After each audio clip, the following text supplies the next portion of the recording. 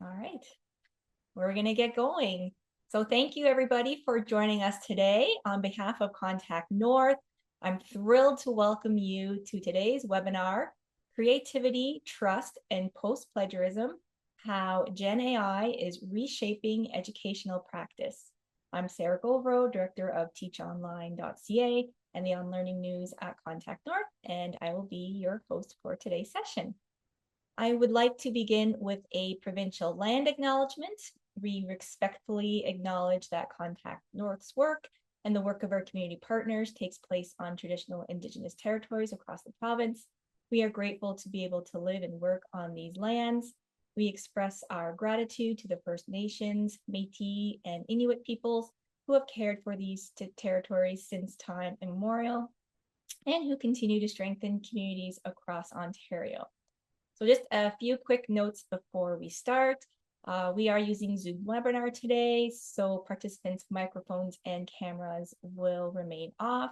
The chat is open, but please do remember to select everyone in the drop-down menu when posting.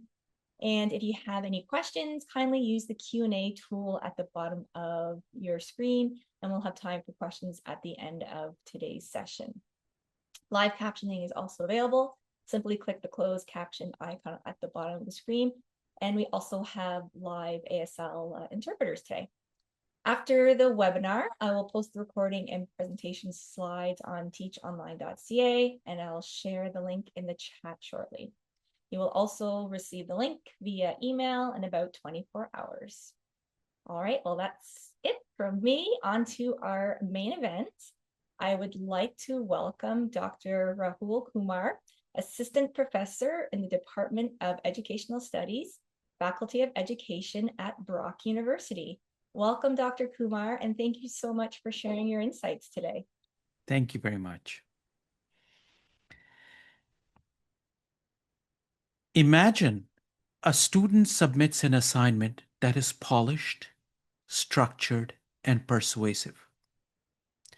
When asked to explain one of the key arguments orally, the student hesitates. The writing appears competent, but the understanding is uncertain. At the same time, employers are asking graduates a different question.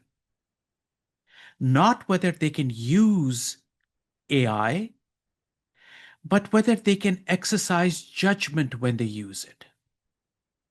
Whether they can discern its limits and improve its output. That is the tension of our moment.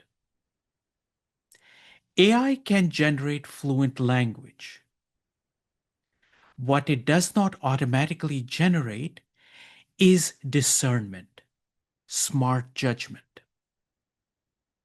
Today, I want to explore what this means for creativity, for trust, and for academic integrity in what has been called the post-plagiarism era. Hello, my name is Rahul Kumar. As introduced, I work at Brock University.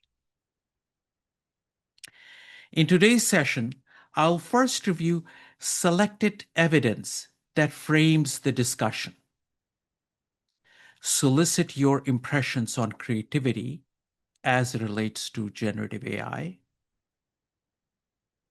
share results from what post-secondary education students think of GenAI's creativity, conceptually clarifies creativity, calibrate trust. This will be the substantive part of today's session, and connect it with post-plagiarism. Finally, discuss the implication for education, both practice and conceptually.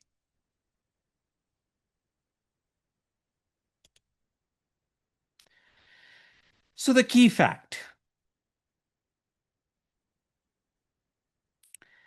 I want to share with you the extent to which generative AI is being used by post-secondary education students in their academic work. This line graph shows 3 data points of September 2023, August 2024, and February 2025. These are snapshots from when we asked post-secondary education students whether they were using generative AI for their academic work. The self-reported data from a global anonymous survey are shown here. Notice the acceleration of adoption of generative AI from low 70s to the 90s, and they are now what might be called the saturation point. This indicates, amongst other things, that students find generative AI output creative and useful. And more importantly, they trust it.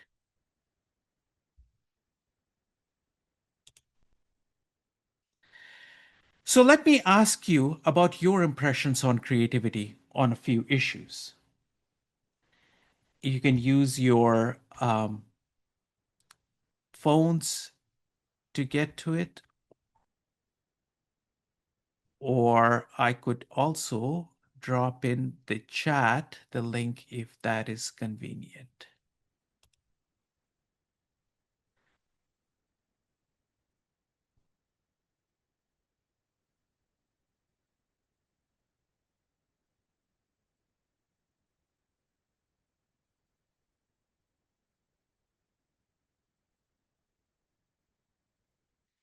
AI challenges traditional definitions of creativity. I see that majority of the people are in agreement with this.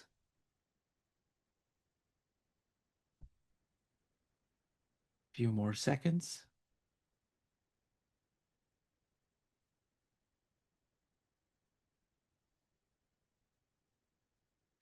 I want you to note your response before I share what post-secondary education students thought.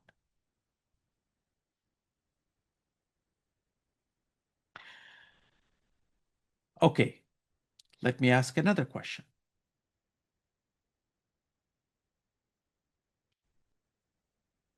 Human creativity is enhanced by AI.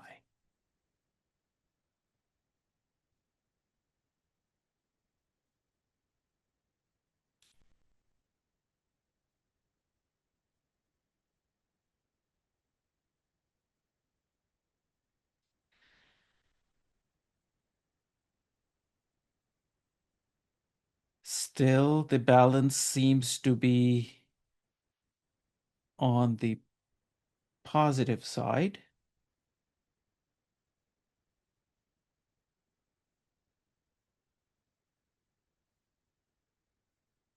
Yet, there isn't strong agreement, which is understandable.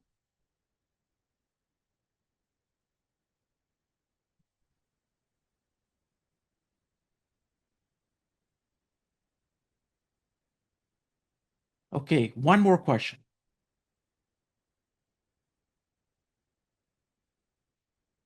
AI does not lack the capacity for emotional depth in its creative output.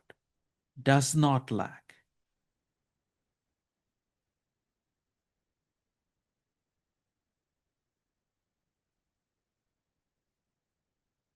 Very interesting.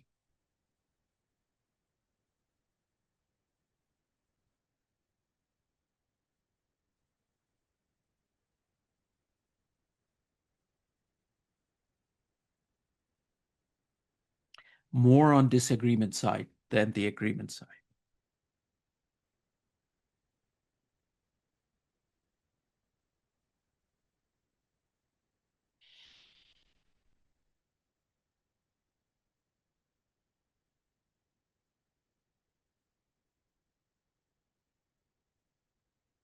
Okay.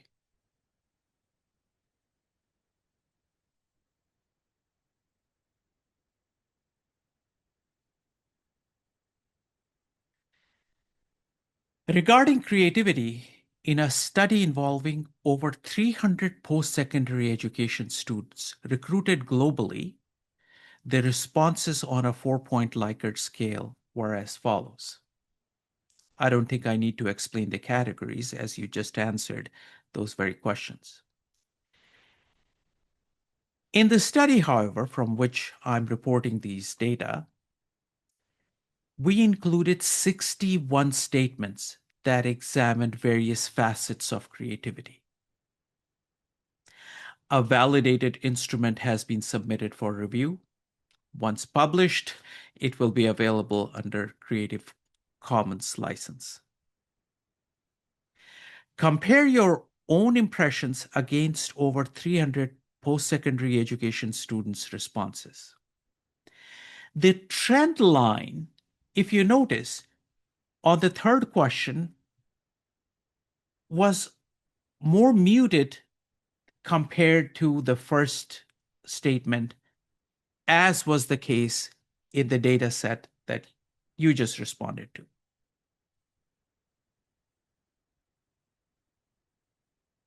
So where am I going with this? Let me get into creativity itself. Let us begin with two definitions of creativity that are widely accepted. Teresa Amabile, a renowned scholar of creativity from Harvard University, problematized previous conventional view of creativity. The conventional view treated creativity as innate. And she proposed this definition instead. Creativity involves producing work that is novel and appropriate within a given social context. This is 1996, some time ago.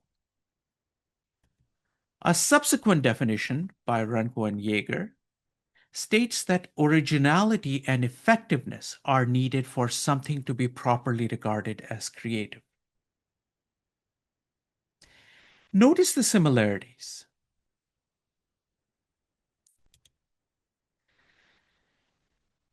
This slide makes a deliberate distinction that is often collapsed in everyday discussion. On the left,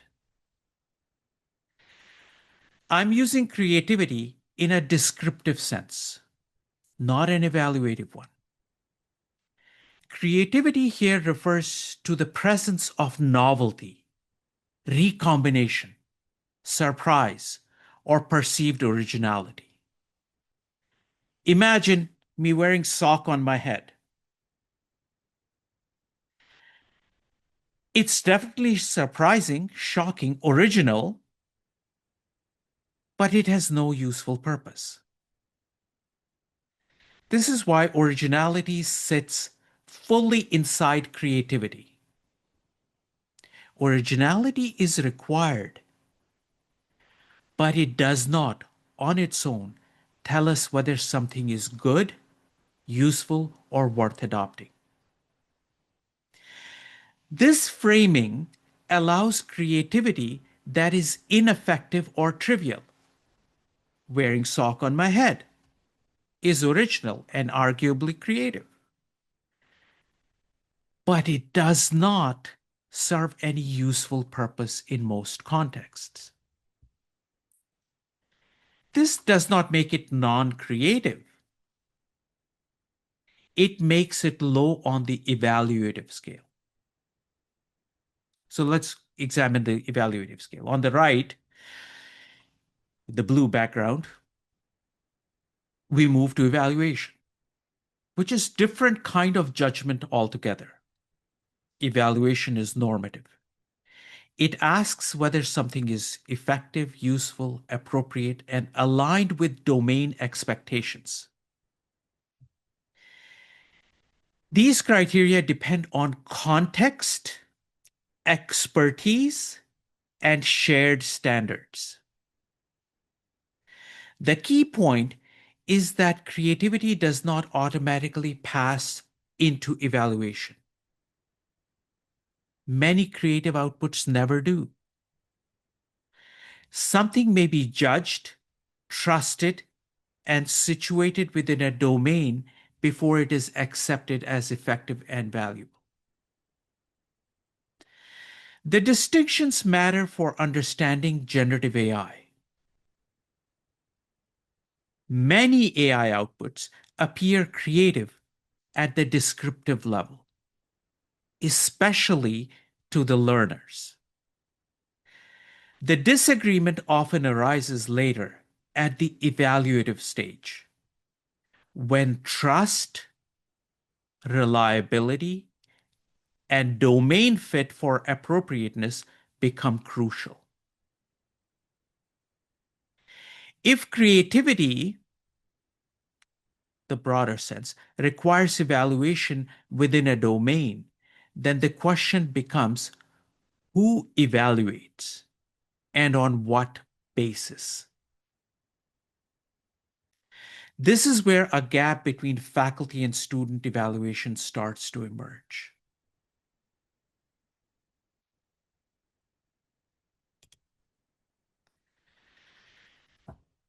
So Ranko and Jaeger, according to them, both the requirements of originality and effectiveness or usefulness must be met for something to be considered creative.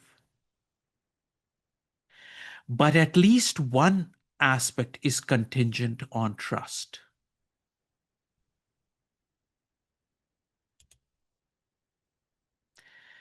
So let me ask you, let's turn back to the same uh,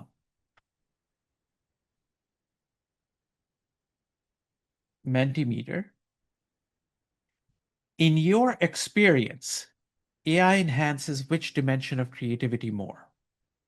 Is it originality? Is it effectiveness? Both equally? Neither significantly?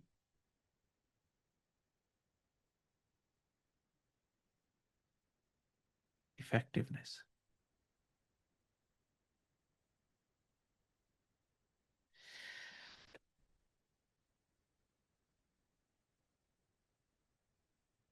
Yeah, I'm assuming we have more faculty, instructors, and staff members amongst our midst than students.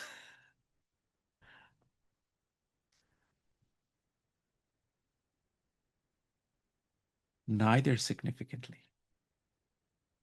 We'll be curious to get your response in the chat as to why that might be the case.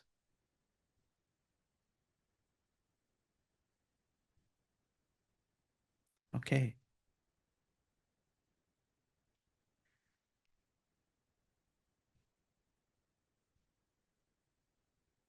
So let me turn to trust.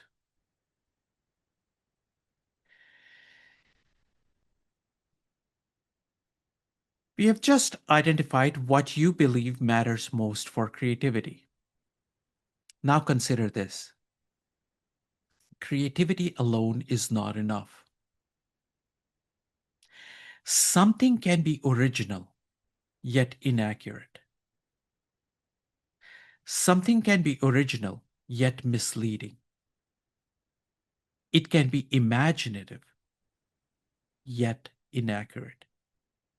It can feel profound, yet be factually incorrect. In educational context, we do not only value novelty, we value work that others can rely on. So the shift to trust is not change of topic, it is a necessary next step. Creativity asks what is possible. Trust asks what is dependable. With generative AI, those two questions are now inseparable.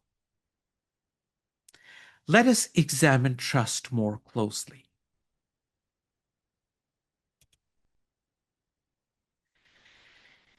In management and organizational psychology, trust is often defined as willingness to be vulnerable to another party's actions, grounded in the belief that they are competent, competence is important, act with integrity, and have goodwill towards the person in question. This definition rests on one, competence and reliability, and two, confidence in goodwill, care, or relational warmth. So, what do we do with this definition? How can we apply it?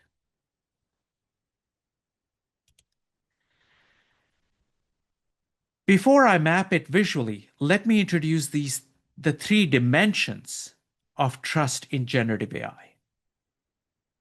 The first dimension is the cognitive trust. This concerns competence. Does this demonstrate subject matter competence? Second dimension is affective trust. This concerns relational comfort. Does interacting with it feel reassuring or supportive? Is there that human element? Third, epistemic reliability. This concerns whether the output withstands scrutiny. Can it be relied upon as knowledge? These dimensions are interrelated but distinct. In the next few slides, I will show you how they interact.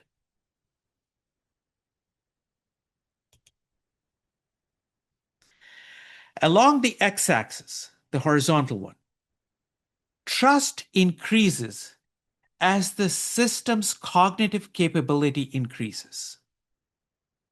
At the low end, AI output appears shallow, inconsistent, or error-prone. Think of older versions of AI. At the high end, they appear coherent, knowledgeable, and increasingly reliable. Prompt refinement can shift outputs rightward by increasing coherence and relevance, thereby strengthening cognitive capability. So this is coaxing better outputs through better prompts and various frameworks. There's another way. With each newer LLM, each newer AI, users often perceive a movement towards the right as well. A common way this is described is as the idea that today's AI is the worst you will ever use. Each release appears more fluent, more accurate, and less visibly flawed. Media coverage reinforces this perception. Reports of AI systems passing professional exams, medical exams, graduate level tests shape public assumptions about competence.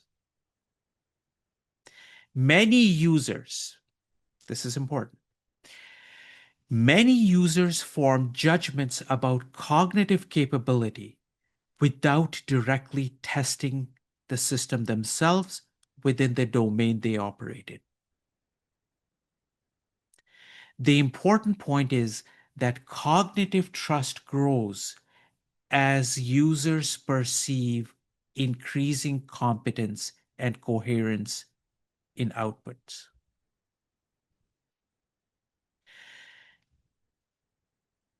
An important note to explicitly state that I didn't mention, but it was implied. Movement towards right does not require users to understand how the system works. As perceived competence increases, users shift rightward on this axis. This sets the stage why trust can increase rapidly even when other dimensions remain unresolved. Now we add the vertical axis, affective trust. This dimension captures how interacting with the system feels. The interrelationship component, the human component. As we move upwards, users experience comfort, reassurance, and confidence. Human-like feel. As we move downwards, they experience anxiety, discomfort, or distrust. Cold, clinical. Note, AI does not experience emotions. It generates affectively coded language based on patterns in training data. We can say it merely mimics human emotions. Affective trust can fluctuate independently of the cognitive trust, as systems may feel supportive even when its output remains imperfect. Think of relationships people forge with AI bots. In education, for example, students using AI for early drafting often report reduced anxiety and increased confidence. Even when they know the output requires revision, the emotional ease raises affective trust. This helps explain rapid adoption. People continue to use AI not only because it seems more competent, but also because it feels easier, safer to work with, and connects with users. Mimic though it might be. The reverse is also true. Cognitive trust on the x-axis may be high, while affective trust may be low. Consider medical diagnosis. A system may produce accurate results, yet patients or practitioners may feel uneasy relying on it. These two axes allow us to map trust as multidimensional rather than binary.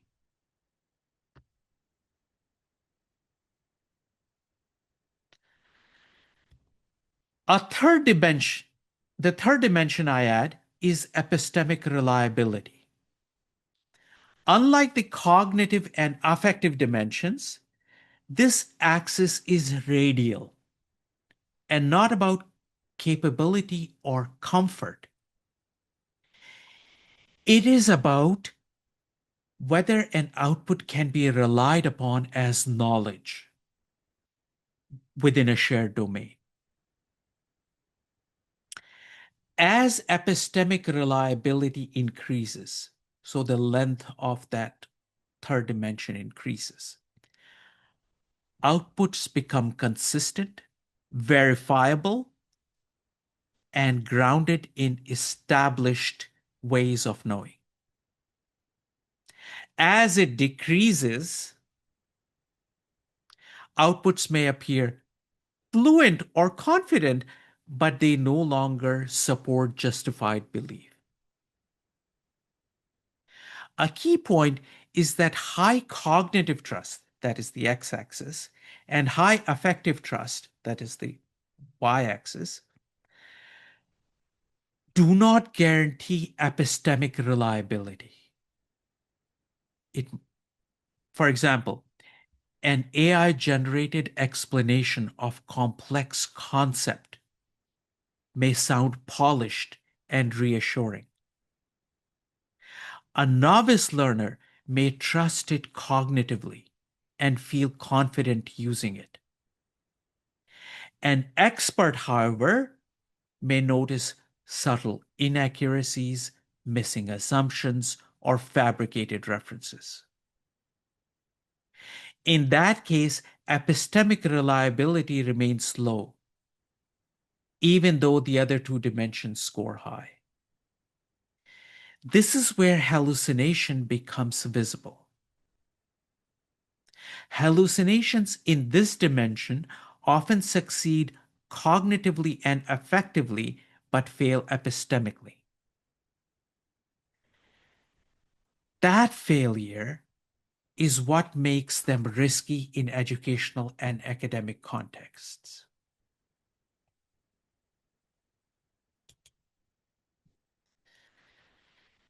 So think of this third dimension as the radius of a sphere. The outer edge of the sphere means the warrant edge, not certainty. It would fluctuate on issue, discipline, and authentic material. The same output could have different values attached to it if it is being gauged by a student or a faculty. This is where the divergence between student adoption of AI and faculty rejection could be explained, at least partly.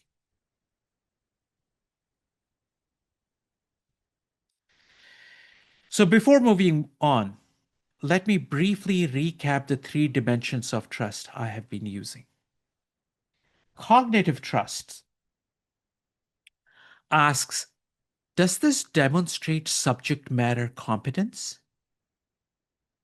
This is about how an output appears. Fluency, structure, apparent reasoning, all matter here. Importantly, this judgment is user relative.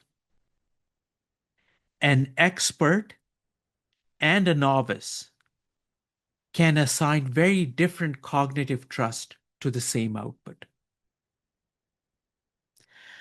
Affective trust asks, does this feel reassuring?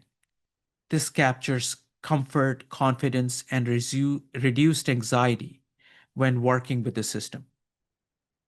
Affective trust can be high even when users know the output is imperfect. It appeals to the heartstrings, if you will. Epistemic reliability asks, can this be relied upon as knowledge? This is a very different kind of judgment. It is not about how the output feels or appears, but whether it holds up under verification, aligns with domain knowledge, and supports justified belief. These can sound similar, especially the cognitive trust, which was on the x-axis, and the z-axis, the epistemic reliability. Because in everyday practice, people often seems knowledgeable as is reliable. The reason to separate them is that with generative AI, this shortcut no longer works consistently. This gap between perceived knowledge and warranted knowledge is where many of our current challenges in education, creativity, and academic integrity emerge.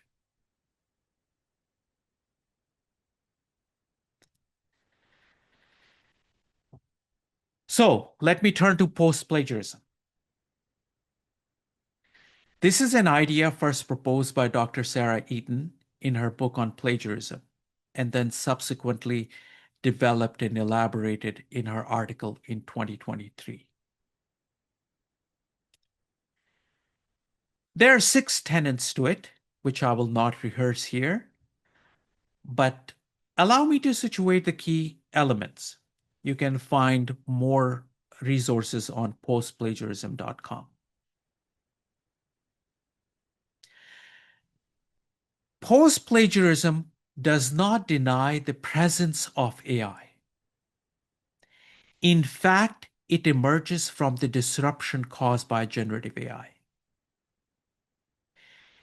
It begins from the premise that generative AI systems are already embedded in academic and professional life. Rather than attempting to eliminate AI and its use, it reframes academic integrity around a responsible collaboration. 3 of the tenets are particularly relevant to the topic at hand today. First, the idea of hybrid human-AI collaboration. This aligns directly with our discussion of creativity. If creativity requires originality and effectiveness, then AI may assist with idea generation or refinement, but evaluation remains human. The collaborative model acknowledges distributed creativity while retaining human accountability. Distributed in the sense that AI can do the generative part, but the human does the evaluative part. Second, responsibility and attribution remain human obligation. This connects to trust, as we just discussed. Cognitive trust, the one on the x-axis, may increase as AI improves. But epistemic reliability requires human discernment, and affective trust is outside the scope of AI, at least for now. Post-plagiarism insists that the human users remain responsible for verifying, refining, and standing behind the work. Third, academic integrity shifts from detection to judgment and disclosure. In earlier eras, integrity centered on identifying prohibited copy. In post-plagiarism context, the focus shifts on whether AI was used responsibly, transparently, and critically. The question becomes less, was AI involved, and more, was judgment exercised? In that sense, post-plagiarism is not de facto permissive. It is demanding. It raises the bar from avoidance to discernment. It asks students to demonstrate evaluation, accountability, and intellectual maturity. This is why the framework connects directly to our discussion of trust calibration and creativity evaluation.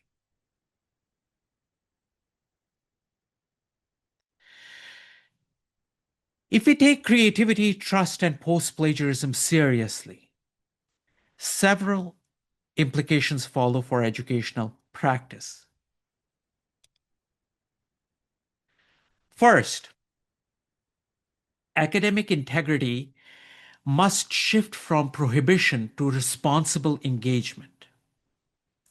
If AI is embedded in learning environments, the central question cannot be whether it was used. The question becomes whether it was used responsibly, transparently, and critically. Policies must therefore clarify expectations around disclosure, verification, and accountability. Second, assessment design must change. If AI can generate fluent language or images, then assessment that reward surface coherence alone are insufficient. We must design tasks that require explanation and justification. Done so iteratively and using multimodality. The goal is to evaluate discernment, not just output. Third, students need explicit instruction in trust calibration.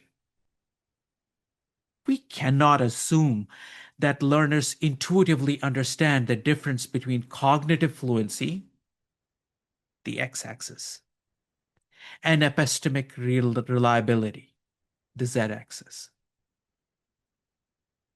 They must learn how to interrogate outputs, identify limitations, and verify claims.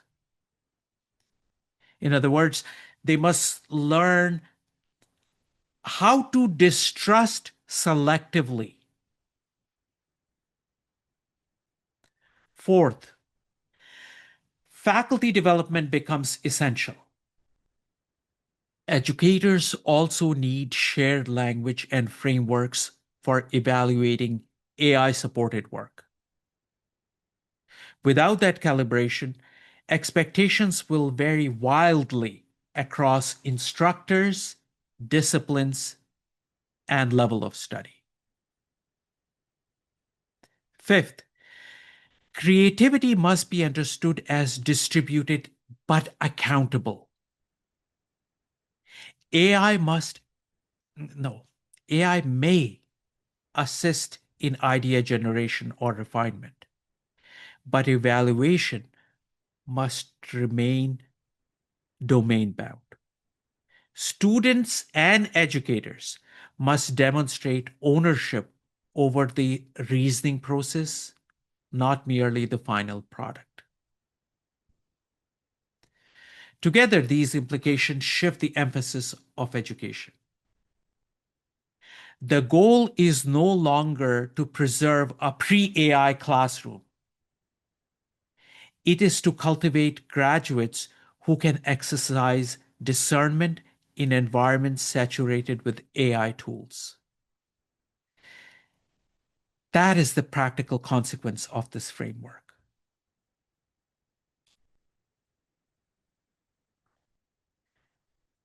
We have discussed what this means in practice. Let me now connect the conceptual pieces that brought us here. First, students' perceptions matter. In our research, post-secondary students often perceive generative AI as enhancing creativity. The strongest perceived gains appear in learning, understanding, and expression. Second, trust explains persistence. When cognitive and affective trusts are high, use continues. Even when users recognize limitations, emotional ease and perceived competence sustain engagement. Third, epistemic reliability remains uneven. Perceived creativity does not necessarily translate into demonstrable creative outcomes. That means if they think they are more creative, doesn't automatically mean that the output evaluated objectively is more creative. Systems may generate novel combinations, but novelty alone does not satisfy domain standards, as we saw.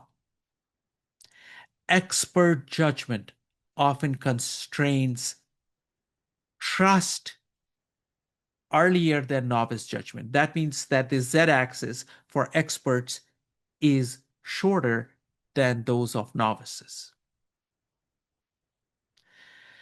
Students may extend further along the cognitive and affective axis than faculty would. The result is not necessarily misconduct. It is differential calibration of trust. Post-plagiarism responds to this gap. Rather than focusing solely on detection, it reframes creativity as distributed and developmental. Human AI collaboration becomes possible, but responsibility and attribution remain human obligations. Academic integrity therefore shifts from policing outputs to evaluating judgments, disclosure, and accountability. In other words, the question is no longer whether AI produces text. The question is whether the human user demonstrates discernment. That is the connection. Creativity requires evaluation. Evaluation requires trust calibration. And post-plagiarism provides a normative structure for recalibrating trust in educational settings.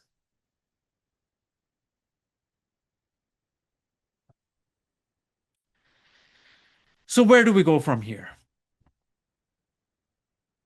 Let me return to where we began. We imagined a student whose written work appears polished and persuasive, yet whose understanding seemed uncertain when asked to explain it. We imagined employers asking not whether graduates can use AI, but whether they can exercise judgment when they do. Nothing suggests here or elsewhere that AI will disappear. Nor does it suggest that students will avoid it in large droves.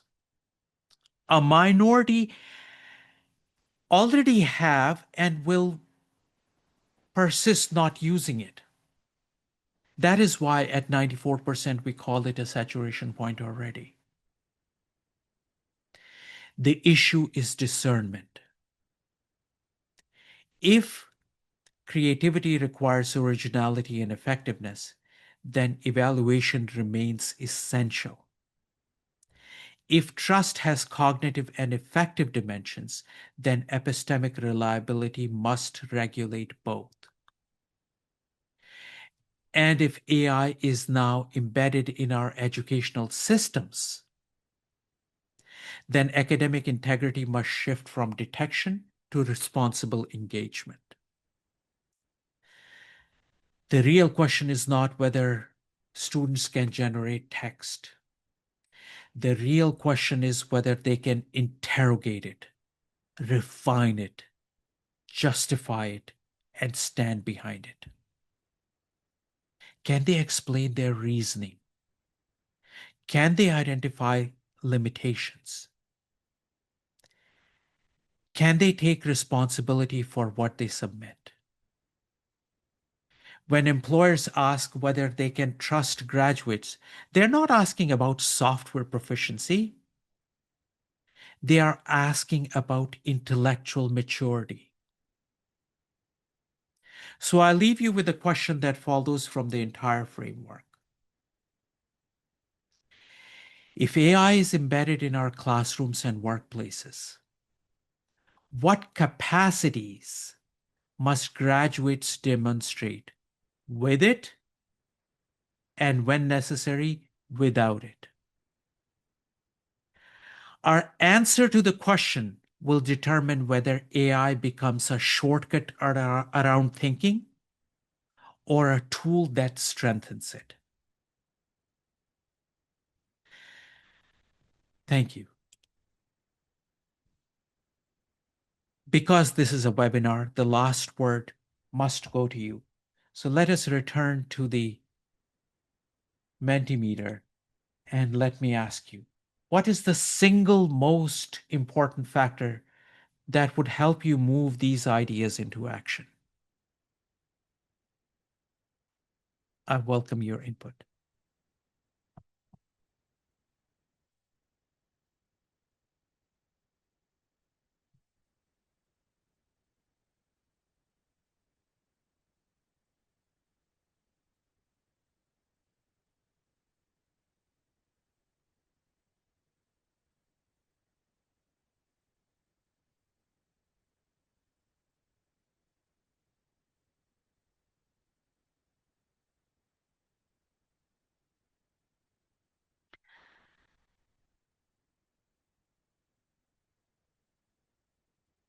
Here are the references, and I'll return back to the Mentimeter so you can see the responses, and I'll turn to Sarah for if there are any questions that I could answer. Great. Thank you very much, Dr. Kumar. We have two similar questions in the Q&A, and I ask if anyone else has any questions. There's been some great dialogue in the chat, so if I missed anything from there, do please put it in the Q&A tool. A few of our participants were curious about the use of the term AI in some instances and Gen AI in others. So for example, in the creativity part, AI was used, but for the trust part, Gen AI was used. Are you able to differentiate the different language? Yeah, I do mean generative AI, but many of my colleagues find it cumbersome and they use it interchangeably. So I didn't mean anything different. They were both meant to be generative AI. Okay, great. Thanks for clarifying that. Any other questions for Dr. Kumar? I don't see anything in the Q&A, but I'm just going to scan up. Mostly lots of great dialogue.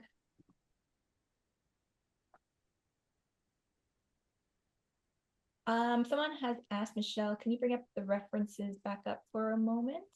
And just to let everybody Absolutely. know, I will be posting the slides and the webinar recording on our website.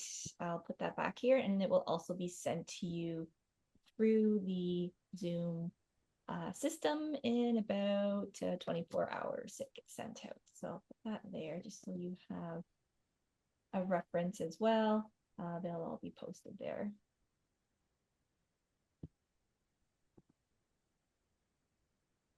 Okay, oh, I've given everyone some time to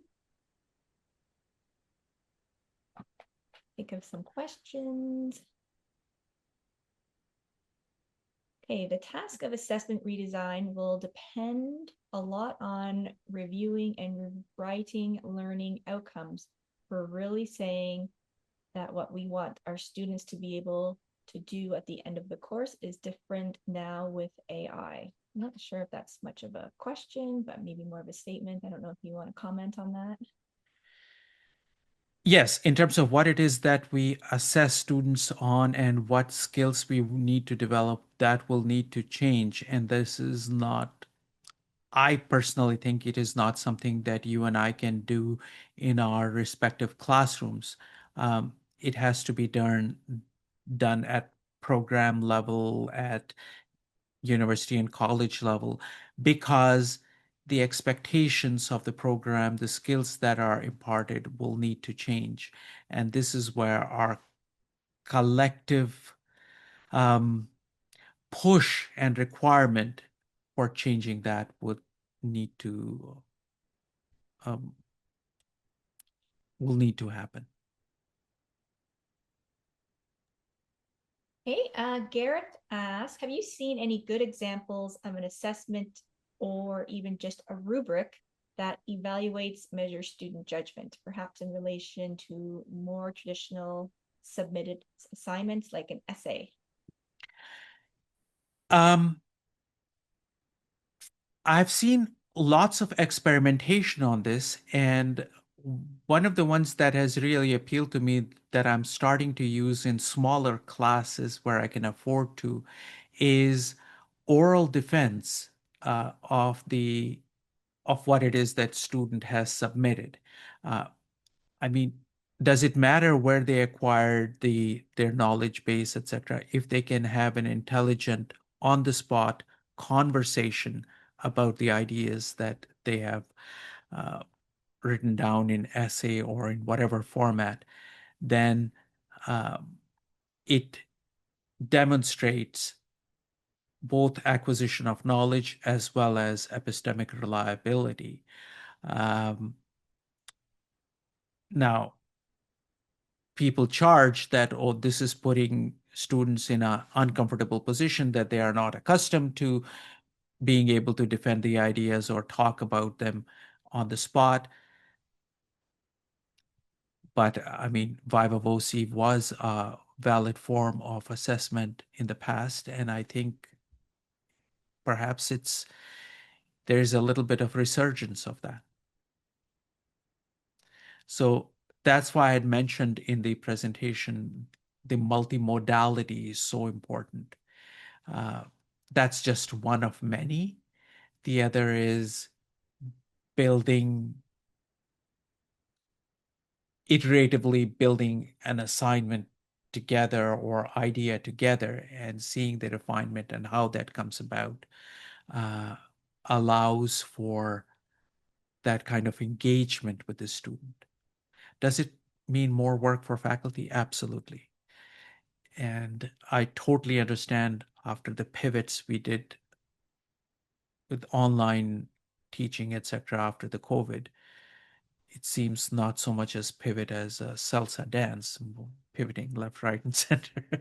So there's some reluctance. Thank you. Great, thanks, Dr. Kumar. Like that's all the time we have for today. Well, thank you for such an insightful and thought-provoking presentation. You've given us a lot to reflect on.